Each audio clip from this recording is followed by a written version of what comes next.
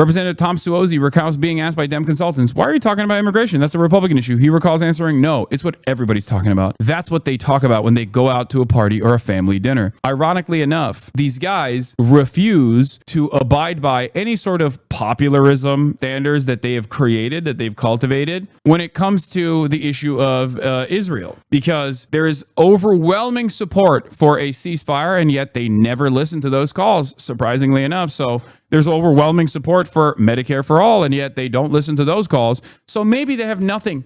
They have no interest, no investment whatsoever in actually dealing with popularism. And I will tell you exactly why. I'll tell you what they are right about. The Democrats on culture war issues that don't actually touch the pre-existing hierarchies of capitalism are losing. Republicans are destroying the Democratic Party on the culture war stuff. They are guiding the conversation. They are killing it. And because the Democrats themselves don't want to do anything that genuinely changes the pre-established hierarchies, genuinely don't want to do anything that genuinely harms capital owners and their profit margins, they refuse to do anything about that. They want to hyper-focus on culture war shit. But Republicans are dominating in the culture war sphere because that's the whole purpose of culture war shit to begin with. It's a distraction away from genuinely improving the material realities of the American working class. That's why culture war exists. It's purely and utterly reactionary. And if the Democrats don't do anything, if the Democrats don't try to change the trajectory, don't try to actively become a party that is identifiable by certain policies that are incredibly popular, they are never going to be able to win. They're always going to lose because at the end of the day,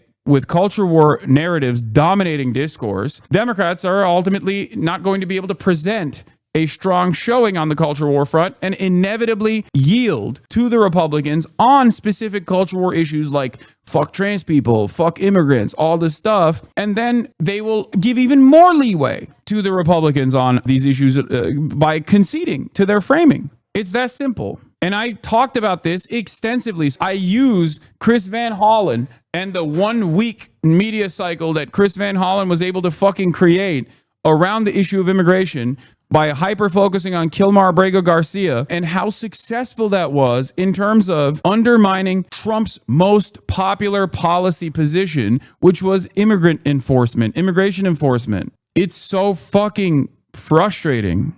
Democrats are such gross losers, man. It's really fucked up.